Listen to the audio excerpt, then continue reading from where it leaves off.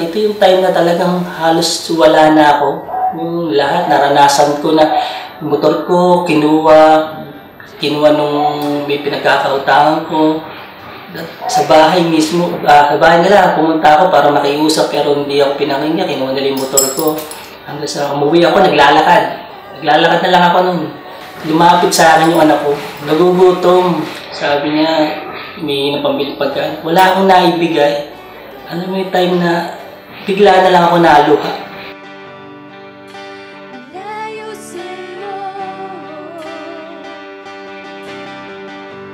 I wasn't able to pursue college because there are some reasons happened kasi nga yung uncle namin nagkasakit. I'm really expecting na magiging maganda yung flow ng pag-aaral ko.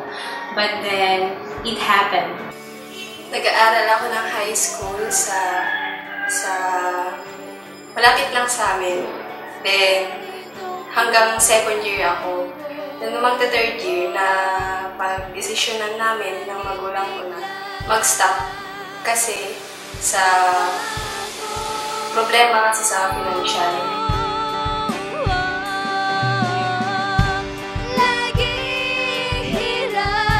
Dumating na ako sa stage na sobrang magulo na yung buhay ko. Sobrang maingay na.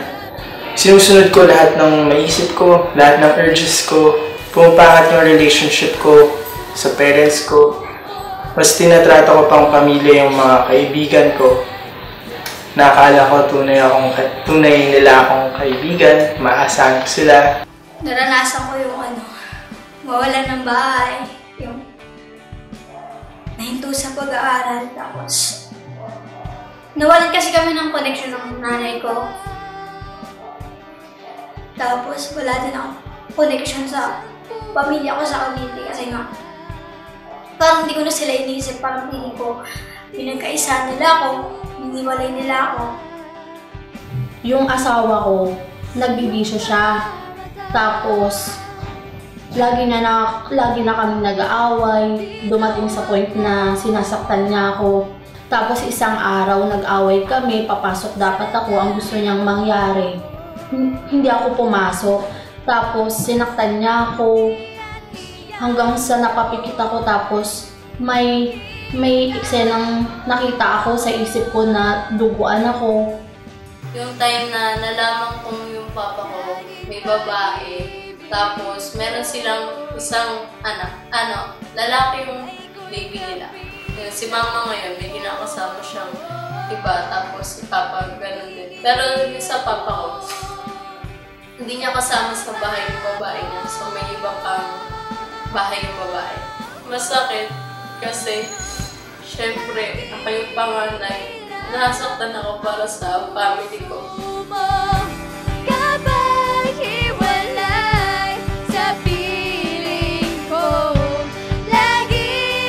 Thank you, ACAPP partners, for allowing enough time to view this presentation about the youth of Manila. Currently, from age 0 to 29 years old, dominates the age distribution in Manila. So there is approximately 66.6% youth in Manila today. Now, what are the challenges faced by the youth of Manila according to the Manila Department of Social Welfare? Number one are abuse cases. As you can see, the number one statistic with regards to abuses is sexual abuse for the female respondents. Next will be physical abuse, then psychological, emotional, and verbal abuse, and there are indeed abandoned, neglected, or orphaned children.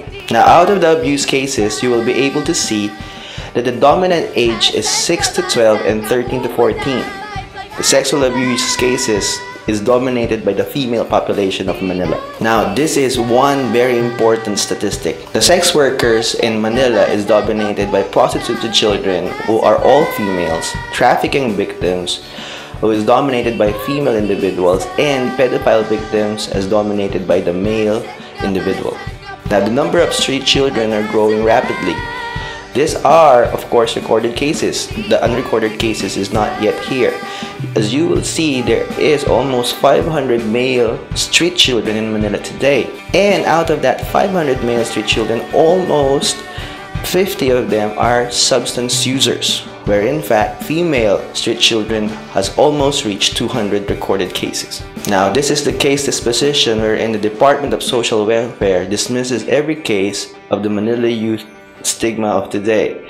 You will be able to see that there were people or children who died without claimants.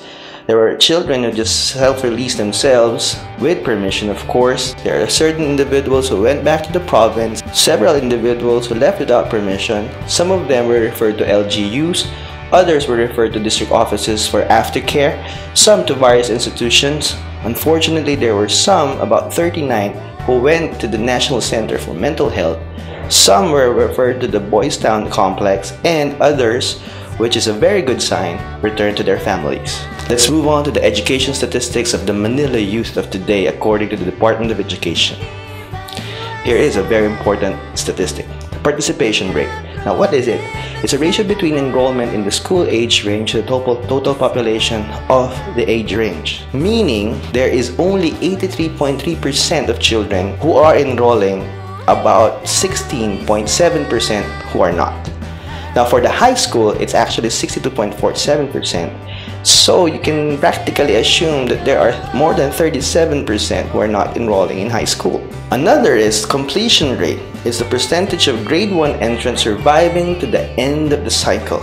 So there's only 79.4% who completes their elementary education and only 65.71% who completes their high school education, a drop of a significant number of percentage from elementary to high school. The next is dropout rate, proportion of students who leave during the school year. So you can safely assume that there is 1 out of 200 elementary students who will drop out during the school year, whereas there is 10 out of 100 high school students who will stop going to school in the school year.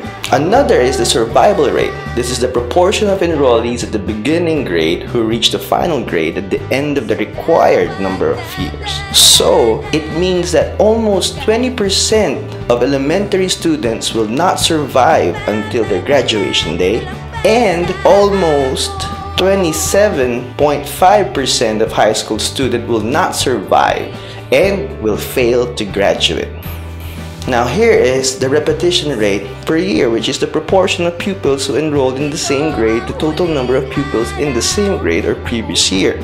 So you can safely say that there are almost 2 out of 100 elementary students who will repeat at that particular school year, and there is almost 3 high school students out of 100 who will be repeaters of the same school year. Another important fact is the failure rate. This is the rate of pupils who failed in that school year. So they tried to finish their education within the school year, but this is the failure rate. For the elementary, there are 2 out of 100, and for the high school, it's actually 5 out of 100 or 6 out of 100 if you would see it that way. Thank you so much for viewing our presentation about the Manila of Youth today. You can make a difference by becoming a person who will aid to the nation-building efforts of our country, the Philippines.